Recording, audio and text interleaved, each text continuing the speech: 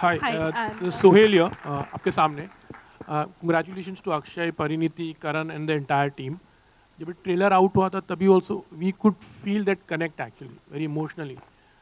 मैं चाहता हूँ मेरा क्वेश्चन है कि जब पहली बार आपसे ये नरेशन किया था और ये look specially actually Akshay ji I think so this इस तरह का लुक हमने पहले कभी आपको देखा नहीं इस तरह के लुक में.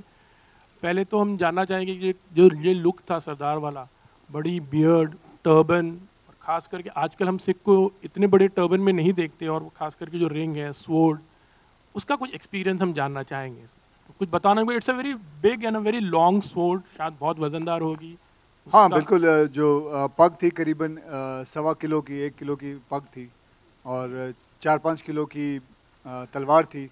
वैसे उस वक्त की बात अगर हम करें तो उस वक्त जब वो तलवार पकड़ते तो वो करीबन 20 या 22 किलो की तलवार पकड़ते थे, क्योंकि वो लोग असली घी खाते थे.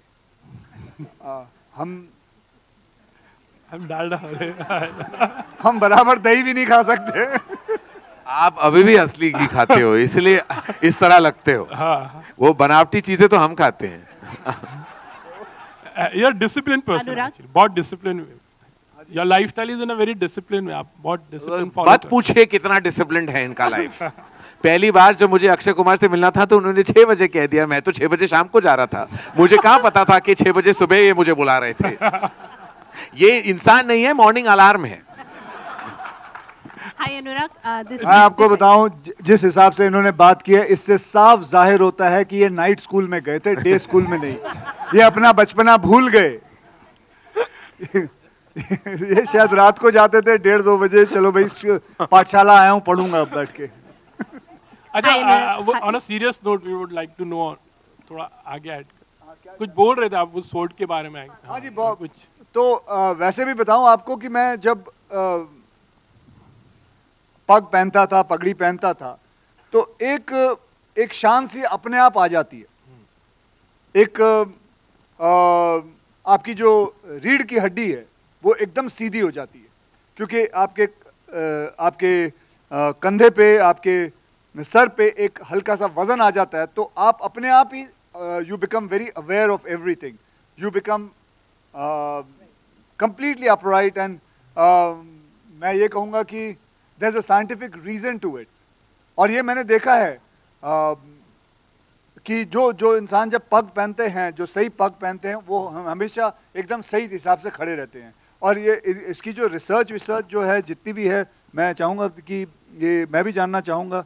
तो किस तरह कितनी रिसर्च है दास?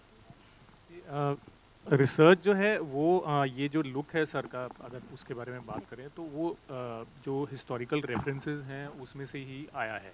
कि उस टाइम पे अभी जैसे आपने मेंशन किया कि अभी पगड़ियाँ इतनी बड़ी पहनते नहीं हैं, तो आजकल धीरे धीरे जैसे बाकी चीज़ें चेंज हुई हैं, अटायर को लेके, कॉस्ट्यूम, कपड़े जो लोग पहनते हैं, तो ये पहले पगड़ी बड़ी ही बांधी जाती थी. नॉर्मली उस टाइम पे बड़ी पगड़ियाँ बांधते थे, तो धीरे धीरे अभी वो छोटी हो गई हैं. तो उस टाइम के हिसाब से हमारे पास जो कुछ पिक्चर्स, कुछ रेफरेंसेस अवेलेबल थी बुक्स में, रिसर्च मटेरियल में, तो उस हिसाब से पगड़ी जो उस टाइम के सोल्जर्स की फ़ोटोग्राफ्स हैं, थोड़ी बहुत कम अवेलेबल हैं, लेकिन उनमें से यही पगड़ी थी. और वो जो रिंग आपने मेंशन की उसको चक्कर बोलते हैं, कड़ा बोलते हैं पंजाबी में, जो बेसिकली पगड़ी पे अगर कोई तलवार से वार करे तो उसको प्रोटेक्ट करने के लिए भी है. सो यू कैन अंडरस्टैंड कि पगड़ी की कितनी इंपॉर्टेंस है. जैसे इन्होंने बोला कि आप पहनते हो तो इमीडिएटली आप ऐसे सीधे हो जाते हो.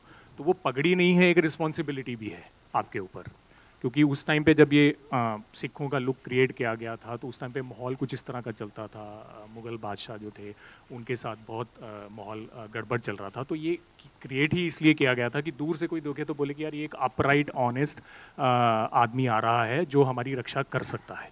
So that is how it happened. वैसे भी पगड़ियों को देखा जाता है कि पगड़ी जो पहनते हैं, जैसे राजस्थान में भी पहनते हैं, it is given to people who are responsible. उनको दिया जाता है. गुजरात में पगड़ियाँ पहनते हैं.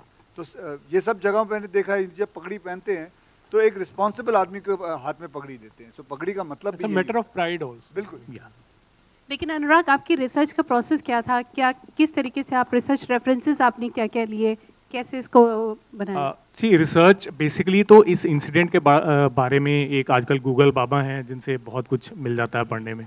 तो वहाँ था, बट देर आर बहुत ज़्यादा लिटरेचर अवेलेबल नहीं है इस सब्जेक्ट के बारे में। कुछ एक दो बुक्स हैं जो ब्रिटिश ऑफिसर्स के उस टाइम की, एक बायोग्राफी है, एक कुछ इस टाइम के अकाउंट्स जो ब्रिटिशर्स उस टाइम पे अफ़गानिस्तान में जो इनकी ग्रेट गेम चल रही थी, जो later on which became cold war, तो उसके बारे में जो बुक्स अवेलेबल थी एक दो, वो पढ़ी हमने, मैंने और मेरी टीम ने। फिर पंजाबी में एक बुक है जो हमारे एक जान पहचान वाले हैं, उन्होंने हमको प्रोवाइड की, वो पढ़ी गई। फिर एक सीएम है पंजाब के जो currently, he is also an army man, उनकी बुक थी, that also we went through just to get a feel of that period कि क्या क्या किस तरह का माहौल था, क्या था। तो बेसिकली जो as far as the text is concern, ये चीज़ें सारी मटेरियल रिसर्च करके, बाकी ऑफ कोर्स आपकी पिक्चर्स हैं जो अवेलेबल हैं, कुछ बहुत कम पिक्चर्स हैं उस टाइम की अवेलेबल, तो उनसे उनको रेफ़र किया गया। और भी इधर उधर जैसे आर्मी की कुछ टैक्टिक्स या ये वो, तो कुछ भी talk to certain army man also just to find out whether they can give us some details. तो बेसिकली कॉम्प्रिहेंसिव रिसर्च काफ़ी इस तरह से इस पे की गई है। परिणीति, मेरा सवाल आपसे है, जहाँ तक केसरी का सवाल है, तो ये शौर्य और शक्ति का प्रतीक तो है ही, साथ ही इसे प्रेम का भी प्रतीक माना जाता है, क्योंकि गेरुआ रंग या केसरी रंग ऐसा कहा जाता है। तो इस फिल्म में जिस तरह का प्रेम है वो आपने शायद सेल्यूलाइड पे पहली बार किया है, क्योंकि ये बहुत उस दौर का था, तो वो करने में आपको कितनी डिफ़िकल्टी आई या कितने आराम से आप कर पाए? एक्चुअली जैसे अक्षय सर हमेशा बोलते हैं, हम लोग ने कुछ मेहनत नहीं की, सब मेहनत अनुराग सर ने की। एंड हम लोग सेट पर पहुँचे एंड ब्लाइंडली हम उनको मानते थे, क्योंकि सचमुच आई डोंट थिंक हम में से किसी को भी उस एरा के बारे में उतनी नॉलेज है जितनी शायद अब अनुराग सर को है, क्योंकि उन्होंने बहुत टाइम तक रिसर्च करने के बाद पिक्चर लिखी, डायलॉग्स लिखी, और आज डायरेक्टर भी हैं उस फिल्म के। सो लिटरली सेट पर पहुंच के मैं कोई भी ऐसी चीज़ खुद से नहीं करती थी जब तक मैं इनसे 50,000 सवाल नहीं पूछ लेती, इनका इंटरव्यू नहीं ले लेती हर सीन से पहले, because I don't want to go out of character at all, because this is a world that I didn't want to improvise in. I wanted to be as authentic as possible. Yes, she's a Punjabi girl, she's a सरदारनी, तो approximate world मैं जानती हूँ, लेकिन फिर भी एक उस time की लव स्टोरी बहुत अलग है।